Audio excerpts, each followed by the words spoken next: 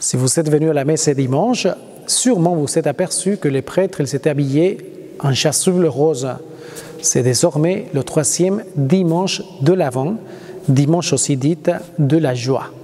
Alors, belle occasion pour vous parler de cette véritable joie chrétienne qui doit régner dans nos cœurs. À tout de suite.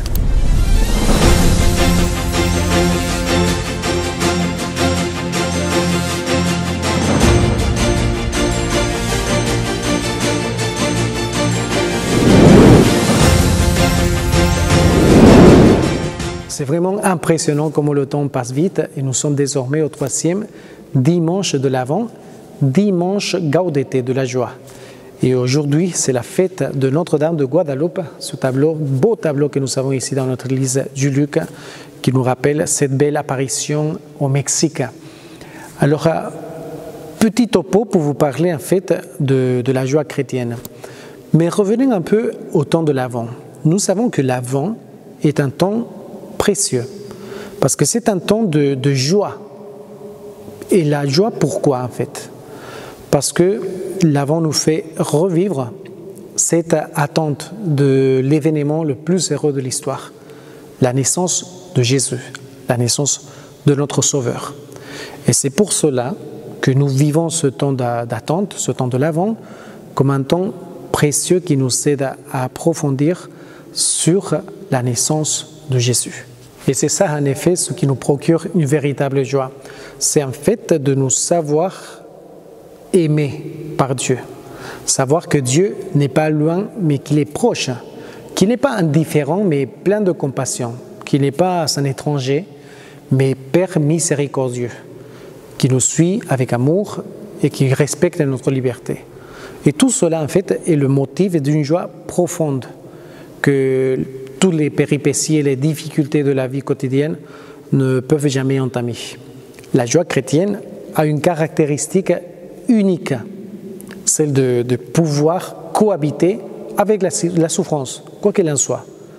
Parce qu'elle est en fait entièrement basée sur l'amour et l'amour de Dieu. C'est pour cela que nous sommes invités à réfléchir sur la vraie cause de notre joie. Je pense que nous aspirons tous, au plus profond de notre cœur, à être heureux. Qui ne veut pas être heureux? Tout le monde dans notre société. Mais parfois, ce qui peut nous arriver à nous aussi les chrétiens, nous pouvons chercher cette joie que dans des aspects partiels de notre vie. Posséder par exemple certains biens matériels, être reconnu socialement, acquérir telle ou telle qualité ou encore avoir une vie familiale qui soit vraiment paisible. Bon, nous savons bien que tout cela est excellent. Sans doute, on ne met même pas en doute cela, mais Saint Paul nous rappelle en fait que toutes ces joies n'atteignent leur plénitude que si elles plongent leurs racines dans le bonheur que Jésus nous donne. Vous voyez cette belle phrase de la lettre aux Philippiens de Saint Paul apôtre, « Soyez toujours dans la joie du Seigneur ». La joie de l'Évangile remplit en fait le cœur de toute la vie. Et ceux qui rencontrent Jésus, comme dira le pape François, ceux qui se laissent sauver par Jésus sont libérés du péché, de la tristesse, du vide intérieur, de l'isolement. C'est qu'avec Jésus le Christ que la joie est renaît tous les jours et toujours. Alors, pensons du coup à quel est notre rapport aujourd'hui envers Dieu et quelles sont en fait les sources de notre joie. Est-ce que nous nous sommes simplement attirés un peu par les joies passagères, par les joies humaines, on va dire comme ça, ou est-ce que nous sommes aussi attirés par la véritable joie qui nous procure le Christ? Pensons-le bien. Souvent, nous pouvons tomber dans ce qui nous propose le monde d'aujourd'hui. Ces joies passagères et parfois mondaines et des joies pécheresses. Mais nous devons toujours nous fixer sur la crèche.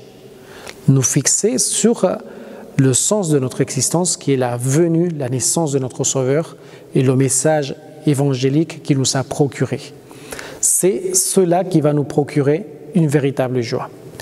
Ceci dit, il faut faire bien attention parce qu'il y a quelque chose qui peut gâcher complètement ce chemin que nous devons faire pour parvenir à la joie chrétienne. Et c'est en fait le défaut contraire, il s'agit de la tristesse. Parce que la tristesse rogne nos cœurs, la tristesse décourage. La tristesse peut devenir chez l'homme, la femme, d'une personne pessimiste qui voit tout simplement le côté obscur, le côté ténébreux, ce qui ne va pas dans notre vie. Par contre, celui ou celle qui a une véritable joie chrétienne verra toujours le bon côté, verra toujours la main de Dieu, même dans la souffrance, la solitude, voire la mort. Mais pour cela, nous devons faire cet effort de regarder et de contempler la vie de Jésus. Comment Jésus, à travers sa souffrance et les difficultés, comme était l'incompréhension, la solitude à Bethléem, personne ne voulait l'accueillir, il a été refusé de tout le monde, mais à travers ces petites souffrances déjà dès le début de son existence et jusqu'à la croix, la mort de la croix, il va nous faire comprendre que malgré les souffrances, malgré les difficultés et les souffrances de la vie, nous devons toujours être ancrés dans l'amour envers Dieu. C'est cela, en effet, ce qui nous procure une véritable joie, la joie de l'Évangile.